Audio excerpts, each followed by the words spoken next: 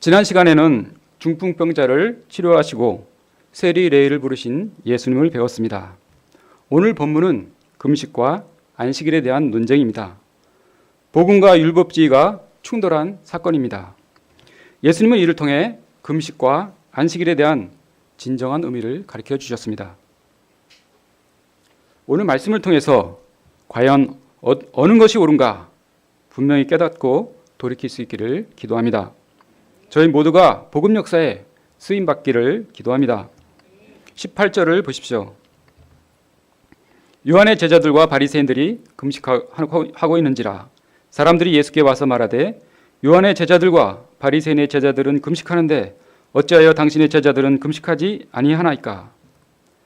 요한과 그의 제자들은 금욕주의자들이었습니다.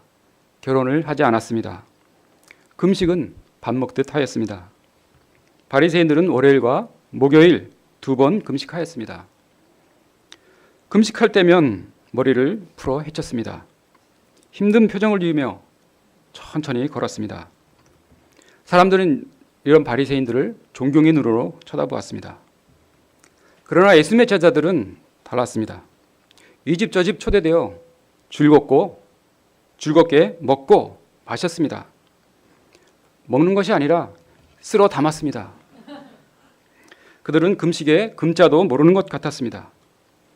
사람들은 보다 못해 예수님께 물었습니다.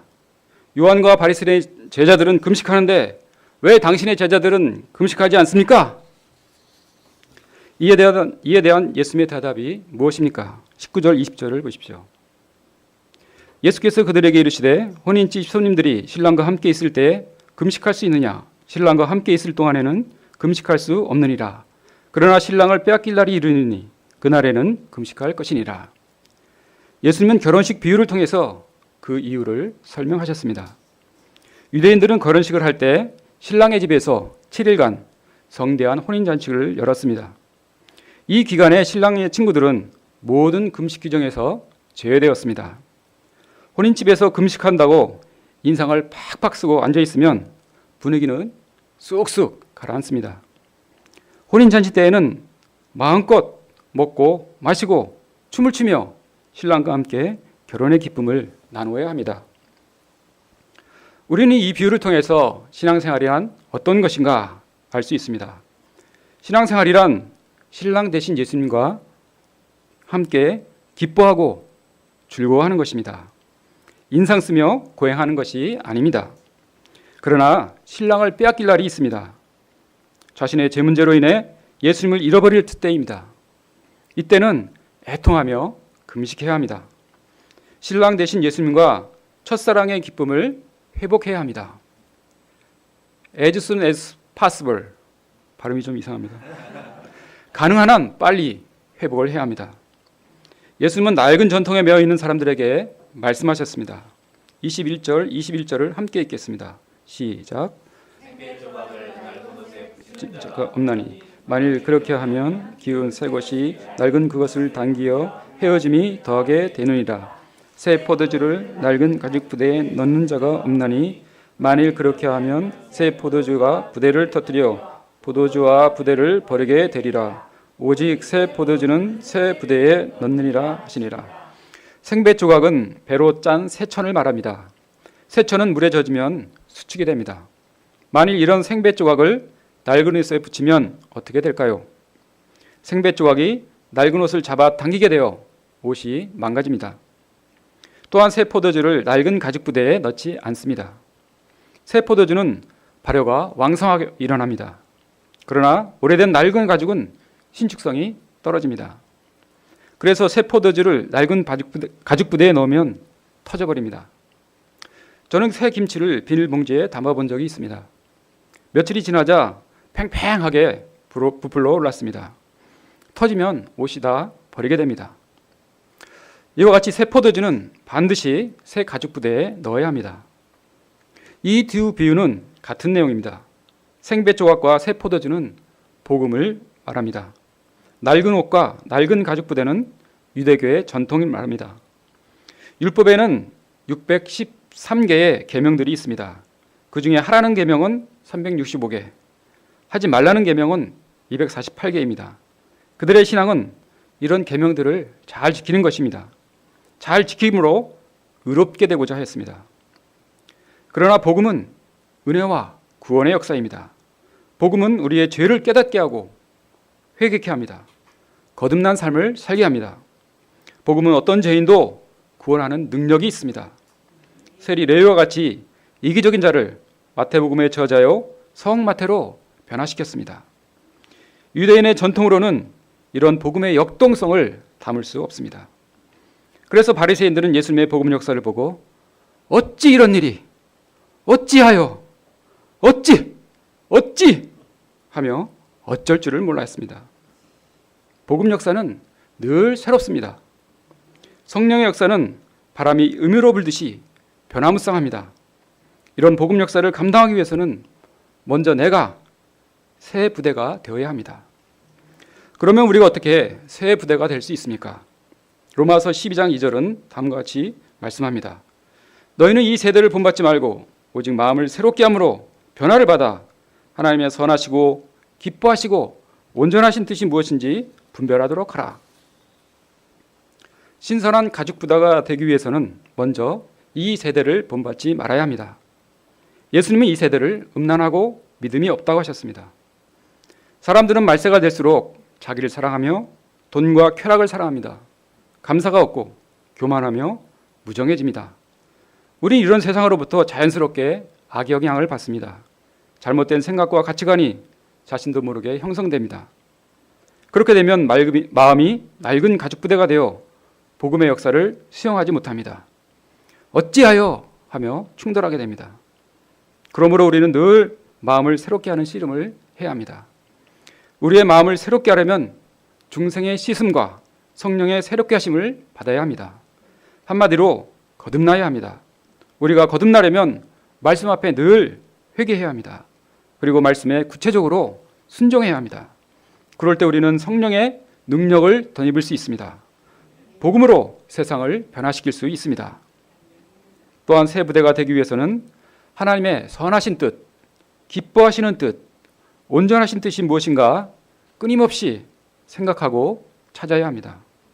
그렇지 않으면 하나님의 뜻보다 자신의 뜻을 앞세우게 됩니다. 새롭게 일하시는 성령의 역사를 쫓아갈 수 없습니다. 오히려 성령 역사를 방해합니다. 우리는 예수님의 복음 역사를 섬기기 위해서 이곳에 모였습니다. 우리가 복음 역사의 주역이 되기 위해서는 먼저 새 부대가 되어야 합니다. 이를 위해 저희 각자가 나에게 두신 하나님의 뜻, 또 우리 가정에 두신 하나님의 뜻, 순천대 캠퍼스를 향한 하나님의 뜻을 힘써 분별할 수 있어야 합니다. 그리야 할 때 하나님께서 우리를 통해 복음의 역사를 흥황하게 이루어 주십니다. 저는 처음 순천 UBF에 와서 새로운 역사에 적응하기가 어색하였습니다. 이곳은 작은 개척센터지만 학생들을 위한 캠퍼스 포럼 모임을 이루고 있었습니다. 학생들을 위해 아침 7시 키티 모임을 이루고 있었습니다. 그러나 저는 처음 보는 포럼 모임과 늦게 하는 새벽 기도에 왜 이렇게 하지? 의아해했습니다. 그러나 이는 캠퍼스 양들을 섬기기 위한 새로운 성령의 역사였습니다.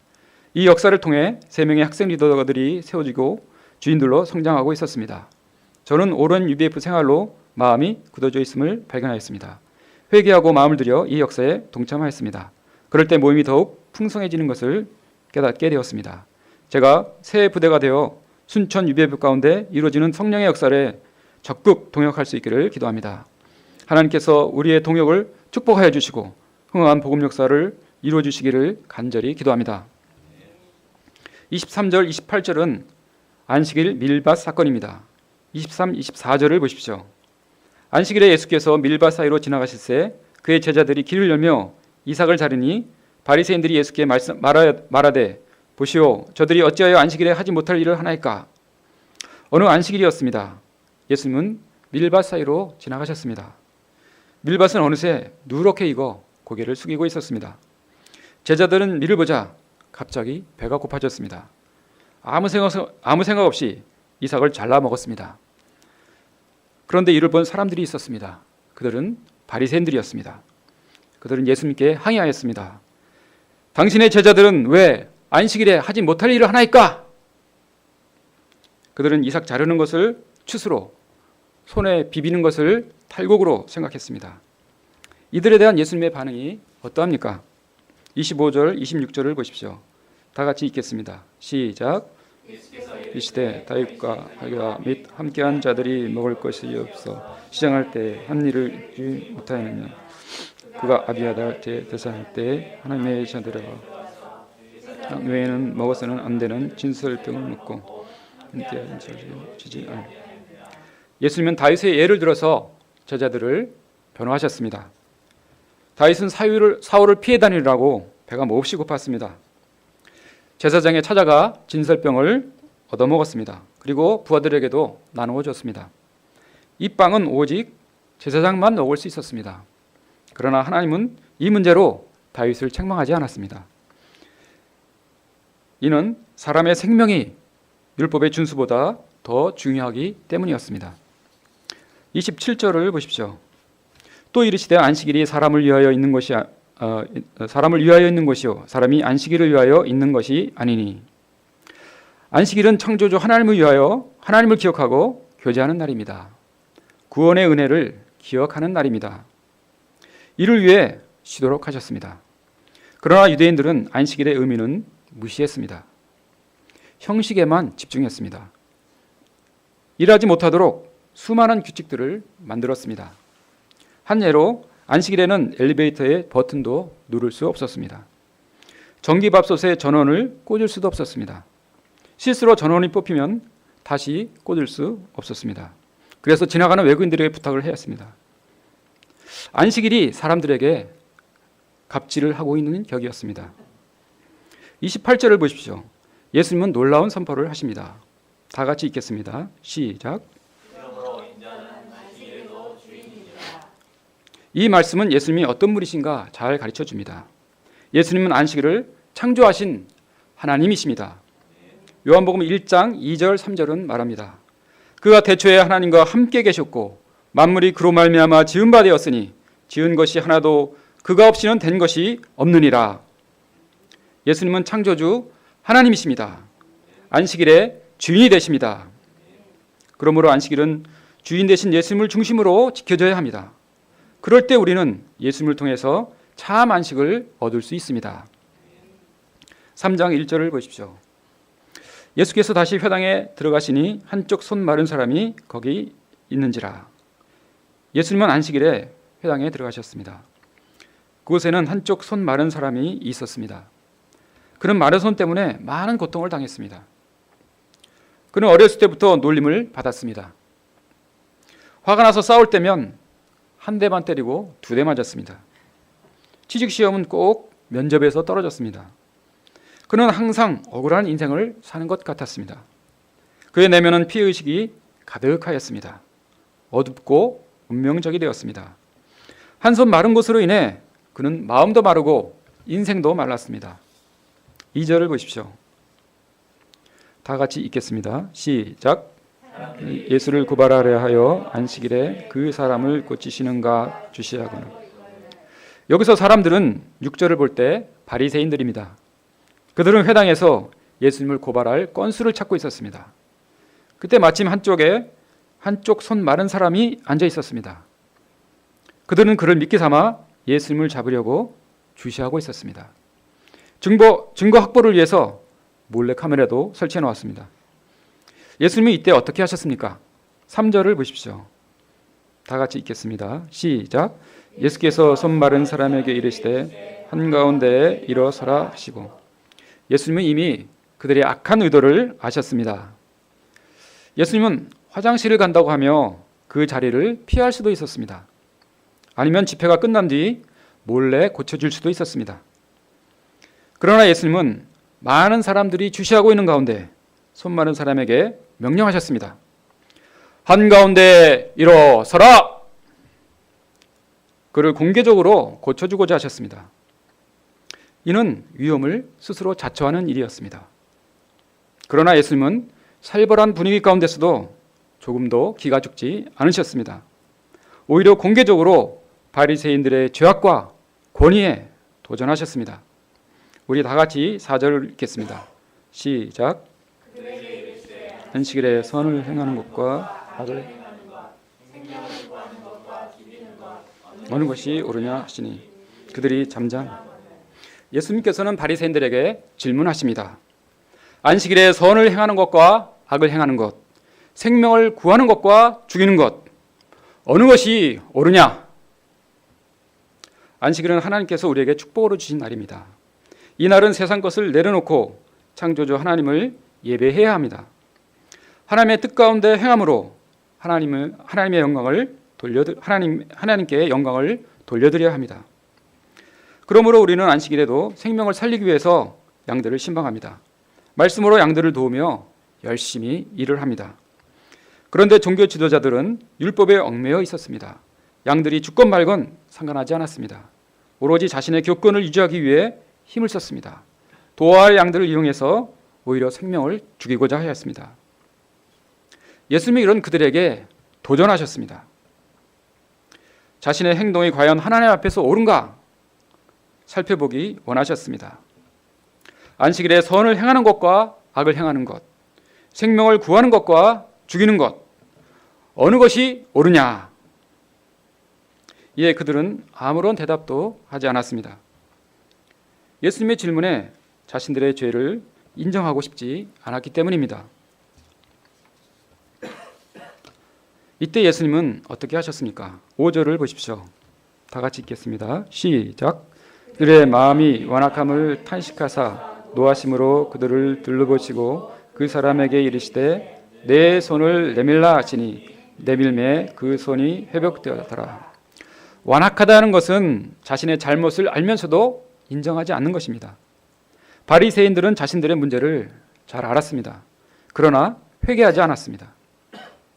예수님은 종교 지도자들이 이 모양이니 그 시대의 양들은 얼마나 방황할까 생각할 때 탄식하셨습니다. 예수님께서는 종교 지도자들이 이처럼 회개치 않고 완악할 때 탄식하고 노하십니다. 예수님이 이제 한 손 마른 자를 도와주고자 하셨습니다. 내 손을 내밀라. 한 손 마른 자는 이 말을 듣고 깜짝 놀랐습니다. 아니, 이 흉측한 손을 어떻게 이 많은 사람들 앞에서 내밀라고 하시는가? 자신의 치부가 드러나는 것 같아 부끄러웠습니다. 또 괜히 자신의 손을 내밀었다가 고침도 받지 못하고 수치만 당하지 않을까 불신하는 마음도 들었습니다. 그러나 그는 예수님의 말씀에 순종하였습니다. 믿음으로 마른 손을 내밀었습니다. 그러자 놀랍게도 그의 손이 회복되었습니다. 그의 마른 손에는 생기가 돌고 힘이 생겼습니다. 그의 마음은 감사와 기쁨이 충만하여졌습니다. 예수님의 말씀은 그의 마른 손과 심령에 생기를 불어넣어 주셨습니다. 그의 망가진 인생을 회복시켜 주셨습니다. 사람들에게는 모두 한 손 마른 자와 같은 인생 문제들이 있습니다. 이런 문제들은 우리를 어둡고 운명적이게 되게 합니다. 그러나 우리가 믿음으로 주님께 손을 내밀 때 주님은 나의 인생 문제를 해결해 주십니다. 예수님은 우리에게 말씀하십니다. 내 손을 내밀라. 이 예수님의 말씀에 의지하여 우리의 마른 손을 내밀 수 있기를 기도합니다. 그리하여 우리 모두 예수님으로 말미암아 마른 손이 회복되는 은혜가 있기를 기도합니다. 6절을 보십시오. 바리새인들이 나가서 곧 헤롯 왕과 함께 어떻게 하여 예수를 죽일까 의논하니라. 바리새인들은 큰 성령의 역사에 기뻐하지 못하였습니다. 문을 쾅 하고 닫고 나가버렸습니다. 그리고 원수처럼 여겼던 헤롯 왕과 한편이 되었습니다. 예수님을 죽이고자 의논하였습니다. 그들에게 회개의 기회가 주어졌었습니다. 그러나 회개치 않았습니다. 복음 역사를 대적하는 사탄의 종들이 오늘 우리는 말씀을 통해서 예수님과 충돌한 여러 사람들을 볼 수 있었습니다. 금식의 규례에 얽매여 예수님의 제자들을 판단했습니다. 안식일 법에 얽매여 배고픈 제자들을 정죄했습니다. 바리새인들은 교권에 얽매여 예수님을 죽이고자 했습니다. 예수님이 이런 그들에게 무엇이 옳으냐 물으셨습니다. 과연 우리는 무엇을 옳다고 생각하며 어느 편에 서 있습니까? 낡은 가죽 부대가 되어 예수님과 복음 역사를 대적하고 있습니까?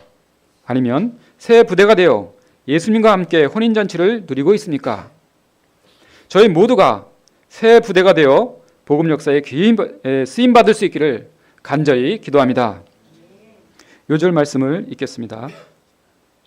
시작. 그들에게 이르시되 안식일에 선을 행하는 것과 악을 행하는 것, 생명을 구하는 것과 죽이는 것 어느 것이 옳으냐 하시니 그들이 잠잠하거늘.